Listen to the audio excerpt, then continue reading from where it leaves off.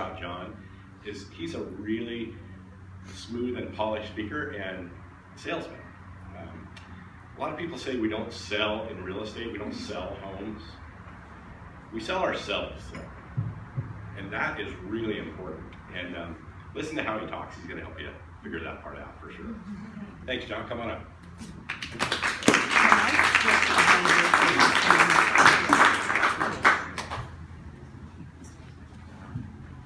I guess I better not suck then, right? No, I'm really excited to be here. I learned how many of you guys are really into like morning rituals, like morning routines?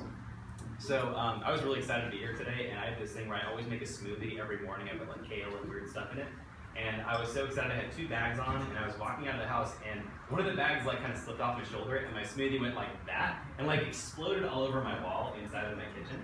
And if you've never, like, I think it did more effect to wake me up by watching it explode all over my wall than to actually drink the smoothie. So I don't know if it's a tactic I'll do every day, but so thank you for the introduction, Tim. I'd like to begin by sharing with you guys a story of the best/worst gift I've ever been given. So I'm originally from San Diego, California. I was born and raised down there, and I'm the youngest of 5 kids, so a pretty big family. And I was the only person to really leave to go away to college, and I went up to Gonzaga University. You guys ever heard of Gonzaga? Okay, small school. So I went up there for school, and 4 years go by, and graduation day comes. Kind of a big deal. A lot of my family decides they're going to fly up for the event. And I was excited to see everybody, but I was most excited to see my brother, because I hadn't seen my brother in several years. He was someone I looked up to a lot as a kid. He was 10 years older than me. So he was kind of really like the guy I looked up to, but there was a period of time where he just got into a lot of trouble, and we didn't see him a whole lot for a while because he moved away to kind of figure himself out, figure his life out. And that's what he did. And then I went off to college, and I hadn't seen him for several years. So the fact he was flying out for this event was kind of a big deal. So graduation day comes, ceremony happens. My roommates and I, we all host this big party at our house with all of our family, all of our friends who were up there for the event. And my brother's there, and he comes up, and we just have this really great conversation because we hadn't had a chance to talk for such a long time. And I see he's holding this gift. And I remember it had silver wrapping paper on it. And he hands it to me, and he said, "I wanted to give you something special." So I rip off the wrapping paper, and inside is this really beautiful black snakeskin covered case. And I remember thinking like, wow, he got me something really nice here, right? Like a watch or something like that.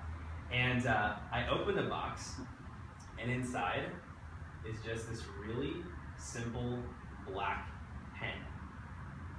And I remember thinking, why the hell did he give me a pen? I literally just graduated college. I have dozens of pens. Like, the last thing I need in my life is a pen, right? So before I get finished my thoughts, he says, well, let me explain. He says, today's a big day. You're officially entering the real world. And you'll be making some big decisions with your life. You'll be buying cars. You'll be buying houses. You'll be getting married someday. And you'll be signing your name to some really important documents. And I wanted to give you something as a symbol and as a reminder that today, from this day forward, you are officially a grown-up.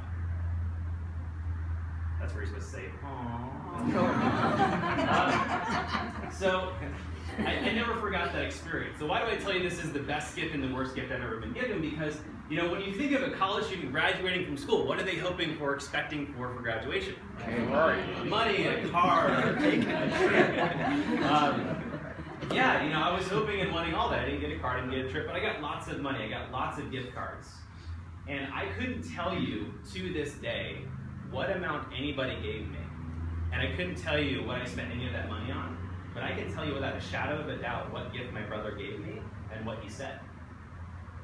So why is that story important to you? Why do I share this story with you today? Because when it comes to real estate, we help people make pretty big decisions with their lives, right? Whether they're buying their first home or their 20th investment property, it's always a big deal to go through that process. And it's pretty amazing how strategic we get in this business, isn't it? With our listing presentations, the areas that we farm, our marketing literature, what we post on Facebook, but how many of us have really taken the time to become strategic about the gifts we give in our business? I find very few people do it. It's not really your fault. There's just really no one out there who goes around and teaches realtors and lenders the ins and outs of how to be an effective gift giver in your business. And as a company, that's really what we decided to do. So, to tell you a little bit about myself, my name is John Israel. The company I work with is called Cutco Closing Gifts. We are a division of the Cutco Corporation. How many of you have heard of Cutco? Great. How many of you already own some Cutco knives? Just curious. Who's owned them for a while, like over 5 years? 10 years? 15? 10 years? How long have you had yours for? 22. 22 years? Awesome. All right, so you like them? Oh, I do. I still have them. I still use them. Awesome. I'll give you $20 later. So, I'm not really here to sell you guys Cutco. I'm here to really kind of share with you some ideas, but I'll give you some background on who I am in our company because it'll make sense as they all come together. But really my objective today is to teach you guys some strategies and ideas to become more impactful and memorable with whatever gifts you give your clients, whether it's Cutco or something else, that it's going to make you memorable with that client. So to give you some background on kind of who we are, how we got into this, Cutco's been around for a long time. It's been a brand for over 67 years. And about 8 years ago, we had all these realtors who were buying Cutco to give away as closing gifts to their clients. We kind of looked more into it, like, why is this happening? And we learned that, a lot of realtors, a lot of people were just trying to get out of the consumable gift idea. Because, gift cards and baskets and stuff are great, but what happens to those things? Where do they wind up? They're typically used up, thrown away, they're discarded eventually, and they're gone. So what made sense about Cutco is a permanent product. It sits in their kitchen, they use it every single day. So we did a little more research into the actual industry of gifting around real estate. And we found some stuff that a lot of people weren't even aware of. Like we looked at the IRS guidelines. Like who here knows what is the legal limit the IRS allows realtors to write off per closing gift? I don't know. I learned it was $25. Yeah, $25. I learned it from John. Because you saw me speak before, right? I'm not going to ask you to raise your hand if you follow that guideline, because what I've learned about those realtors, they typically spend more than that. They write everything off and hope they don't get audited, or they're not taking the full deduction they deserve. So what we found, though, is with our gifts, or with gifts in general, if you brand them with your logo, name, and information, it shifts the entire expense of the gift over to advertising and promotional costs, rather than gift costs. So it kind of made sense. So when it comes to giving a gift, it's smart to make sure you brand at least some component of it, because if you're going to spend the money, at least get the write-off if you can.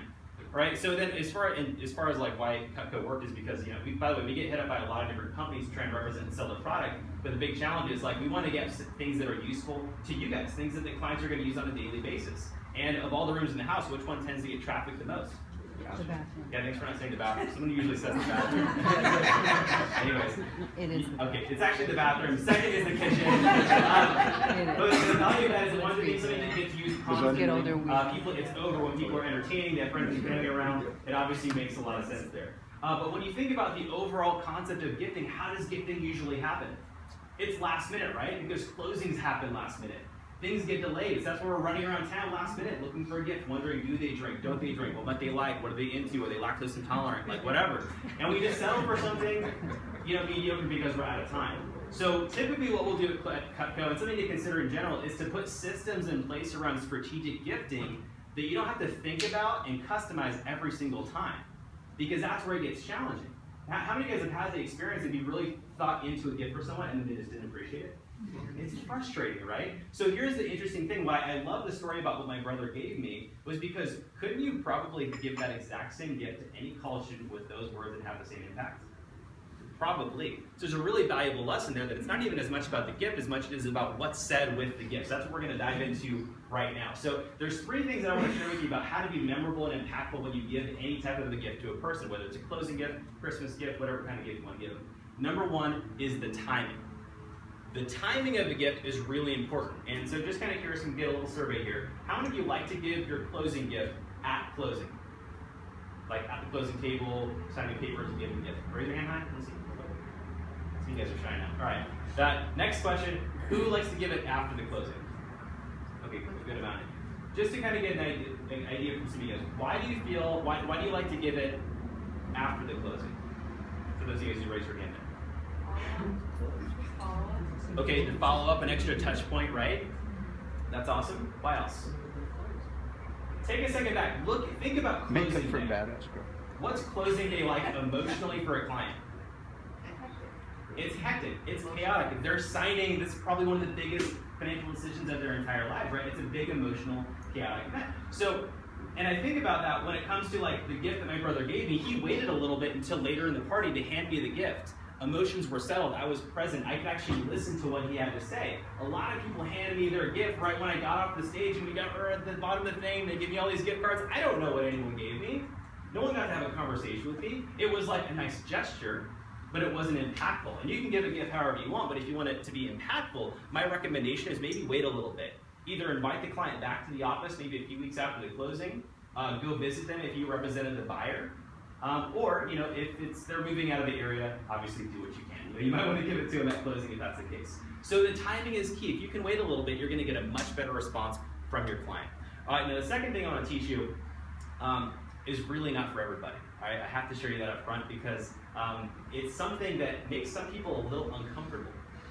But it's what I like to call completing the experience. Okay, completing the experience. What do I mean by that? Well, let's say I take a look at some examples of client retention, like people continuing to use this and then sometimes continuing not to use this or choosing not to. You don't have to raise your hand for this experience if you've had it, but how many of us have had that experience where we're around town, we go into a coffee shop, and we bump into a client, and they're like, "Oh, Steve, so great to see you, man, it's awesome. Oh man, things are going great. Jim just got a promotion. We just put the house on the market. We found this beautiful place over by the beach, and we're so excited. Life is going well. How are you?" Right? You always wish you had a little Cutco knife, right? Just give them a little. I can't believe you said that, right? So why does that happen, right? Why do clients choose not to use their same realtor? Well, it's not even a real estate specific thing. It's a business thing. When you think about who you do business with, who you trust, there's things that happen that influence your decision to continue working with them and continue not, or choosing not to. So we're going to talk about that. So the idea of completing the experience with the client is really simple. Here's how it looks. Ask for honest feedback and criticism. Ask your client for honest feedback about how the experience went for them. I'll give you an example. One of my clients named Maggie. She's a top realtor down in Ventura. And she had this client, so went pretty close in her network, and they were the buyer. She represented them to purchase a home. And she goes by to say hello to them. It's been a few weeks, and they're in the home, and they're getting settled. And so she asks them, she's like, "Hey, how's it going, guys?" And she just kind of got this vibe that they just weren't happy with her being there. Or they were just kind of silent. They were just being, not really open. And so she's a pretty intuitive person. She knows something was going on. So she's like, "Hey guys, I'm kind of curious. I'm really committed to being your realtor for life, but I got this feeling like something's going on. Would you mind sharing with me?" And the client says, "Well, yeah. Turns out that loan officer that you referred, when we were doing this, and this happened. It cost us an extra $400 we weren't expecting to pay, and we're upset about it." And Maggie just said, "Wow, I'm really sorry. I had no idea that happened. Like I said, I'm committed to being your realtor for life here. What can I do to make you happy?" They said, "Pay for it." She said, "Done." She pulls out her checkbook, writes a check for $400, hands it to the client. 8 months go by. Those clients decide to put their house on the market. Who do they decide to call? Maggie. And then when they're buying another house, who do they use? Maggie. And then 2 years later, when they sell that property and buy another one, who do they use? She wound up doing a total of about 4 or 5 sides with this client additionally, and it worked out to be about $40,000 to $50,000 in commissions paid to her. Was it worth that $400 investment? Of course. Here's the thing though, are most clients going to be honest and forthright and share with you what's really going on for them? Typically not. Most of us don't have that desire to just kind of be upfront and straight about that. But if you can have the courage to ask a client for feedback like that, it's amazing the things that you're going to learn. Because some of the secret reasons why a client chooses to use a different realtor occur in those moments of something that maybe happened in the transaction you have no idea about. Do you guys agree? And it's totally out of your control. You have no idea it happened. But if you ask that feedback, you're going to learn those things like, "Oh my God, I had no idea that happened." But if you can address it in that moment, it's going to be very powerful for you to develop the right level of trust with that client where they're going to want to continue using you again and again and again. That's really powerful. So the third point, kind of the last thing we need to talk about, is what's going to help you with getting the long-term retention with the client, right? And it's something I like to call creating the context. Okay, creating the context. And here's how I like to describe it. you have to remember something. Your clients have never been to a Brian Buffini seminar, okay? Your clients have never been to the Mike Ferry All-Star Weekend or whatever it's called, right? They have very little idea of how your job actually works. If you had a lot more conversations with your clients, it'd be amazing what you learn. They say things like, oh, you list properties too? Yeah. I thought you were just a buyer's agent. What? Right? Like, it's amazing what people think or what they don't think, right? So it is your job, it is our job as salespeople to create the context for clients for how to continue using us again. And aren't there a lot of different opportunities to earn income in real estate? There's a ton of opportunities. So I'm going to go through a dialogue. I'm going to actually need a volunteer. Okay, I need a volunteer. Kim, you're close, all right? Kim's going to be the client. And so here's what's going to happen. We're going to go through a dialogue, and we're going to go through the whole thing, the last two sections I just covered. So we're going to talk about completing the experience and creating context. So what I'm going to do is I'm going to ask Kim for feedback, all right? Well, let's say we're at my office. I'm going to ask her for some feedback about the transaction. What she's going to say is, overall, it went pretty well, but we were pretty disappointed that it took a lot longer than expected. Does that happen, by the way? I heard it happens sometimes. All right. So, are you ready? So, Kim, I just wanted to say, first of all, thanks for coming all the way out here to my office, and I just also wanted to say thanks so much for choosing me as your realtor. You know, you have a lot of options here in San Luis Obispo, and I just want to say thank you for that. But I'm really committed to like being the best realtor that I can be, so I wanted to get some feedback from you about the experience. Like, how did it go? Like, what went well? What didn't go well? Like, give me some feedback. Well, I think the escrow went a little longer than it should have. I wasn't really happy with the lender. Oh, yeah. so two things then. All right, got it. She has a whole list. All right. Got it. Anything else? No, you were great. Okay. Well, Kim, first of all, I want to say thank you for that. I know it's not always easy to be fully honest and upfront about all those things, but you know, and you're right. You know, it did take longer. I promised you'd be done by this certain date, but here we are 2 weeks later. And that's unfortunate because you guys had a lot of plans for where you were moving and all these other things you had to organize. And there were some things that were delayed that were kind of out of our control, but where I need to own that is that I should have been in communication with you better about what was happening so you knew what to plan and prepare for. So I really dropped the ball on that, so I apologize. But I can definitely tell you this, if we get an opportunity to do business again together, you have my utmost confidence that I'm going to be in full communication of anything that's going to happen in the process. Is that cool? Perfect. All right, awesome. All right, let's pause for a second. So, before we go to the next part, what did you guys notice? What occurred in that interaction? You took responsibility.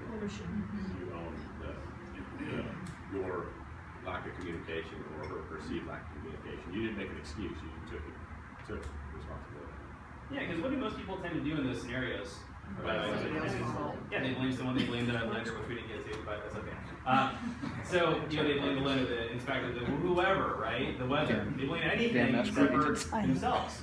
Here's the thing to realize. Whoever accepts most responsibility has the greatest level of influence in a relationship. That's what I've learned is true. So if you can really own that experience, whatever it was, they have a greater level of trust with you about everything real estate related, even if it wasn't your fault. If I referred the lender, yes, that's still kind of my fault because, and by the way, even if it was the perfect lender, they did a great job, things can happen, right? It's the nature of the business. But just by owning all of it, it's about this experience. That's all that really matters is their experience and perception of me, of the whole buying real estate process. Okay, so go back in. All right, well, first of all, thanks Kim for that feedback. I know it's not always honest to do all that, but hey, before I let you go, I wanted to give you a gift. I always like to give my clients a closing gift, and I wanted to get you something really special that I would say really matches the quality I try to bring to all my relationships with my clients. Have you ever heard of Cutco before? Cutco knives? Cool. You probably already know they're American made, super high quality, they're the best out there. But I wanted to give you something kind of as an appreciation of our experience together. But also because you're going to have these for pretty much the rest of your lives. And really, as a realtor, that's kind of what I want to do for you. I mean, because there's going to be a lot of different opportunities for us to work together. You know, if later on down the road you guys come upon like a chunk of change and you want to invest in some real estate, we have access to some of the best investment properties here in San Luis Obispo County. And so we can help you with that. I have a really good friend who's a property manager who can really help you get some cash flow on that if something like that were to come up. You know, and God forbid if you guys, you know, had to sell this house and move out of the area because something happened, we have access to this thing called a multiple listing service where we can blast your house property available to thousands of eyes, and we can get it sold really quickly. And also, you know, there's probably going to be some opportunities where if you're talking to one of your friends about real estate that they have a question, and, you know, I would love to be that individual that helps them out with that. So there's going to be a lot of different ways for us to continue working together. So I really just wanted to give you something like as a symbol and as a reminder of our experience, just to let you know if you ever need anything, I'm just right there for you. Thank you. So awesome. All right, give Kim a round of applause. Yeah. I'm actually going to give Kim a Cutco knife as a thank you for being here. Oh, nice. So, So that's how you're going to give it to her? Okay, so let's pause. Okay, let's take that second scenario. What happened? What occurred in that dialogue, that conversation that you guys noticed? What did we do in that second conversation? You primed the pump. Yeah, we created some context for her of all the different opportunities that might come up where I have something available or referral available for her for us to say. The objective, every interaction with the client, guys, is an opportunity for two things. Number one is to deepen the relationship, and two is to create the context. You have to keep doing that so often with clients because they just forget this stuff. They're not aware. But here's the value, here's the benefit. This is why I love that story with the pen earlier. Because what my brother did when he gave it to me is he gave me clear instructions how and when to use this. And when those opportunities come up, I pick that up and I think of him and I think of that experience every day. That's what we're trying to do with the closing gift. That's what we recommend if you're going to give any type of gift. Make it something that's longer lasting so they can pick it up and remember you. Remember that experience over and over and over until it becomes one of those natural, habitual things for the client. So there you go. Do you have to give Cutco in order to do that? No, you can give whatever the heck you want. Cutco obviously makes sense for a lot of people. We have several clients here in the audience. I'm not really here to sell anybody Cutco. My goal and intention was just to share with you guys some ideas on how to be memorable with your gifts, because if you're spending the money anyways, make it worth it, right? Make it worth it. So that's pretty much it. Now, a question for you: who here would like all the scripts and stuff that I went over? Who would like a copy of those dialogues and scripts that I went over? Who would like copies of those? All right, only 3. That's fine. All right. I'm sure more of you want that. What I'm going to do is I'll pass around the gifts here in a little bit. If you would like just to get a copy of the dialogues and scripts that I went over, we actually have them typed out and video. So if you want to have those, they're free for you. If you drop your card in, we'll send you an email for that. That's it. If you have questions about closing gifts, of course I can help you with that. We're not going to do any of that today. But if you have questions, you know, really that's what I hope you guys got to see today is we're not here just to sell you guys a bunch of knives. We're really here to educate you and really help you become memorable and impactful with whatever you do with your clients. So that's it. Thanks.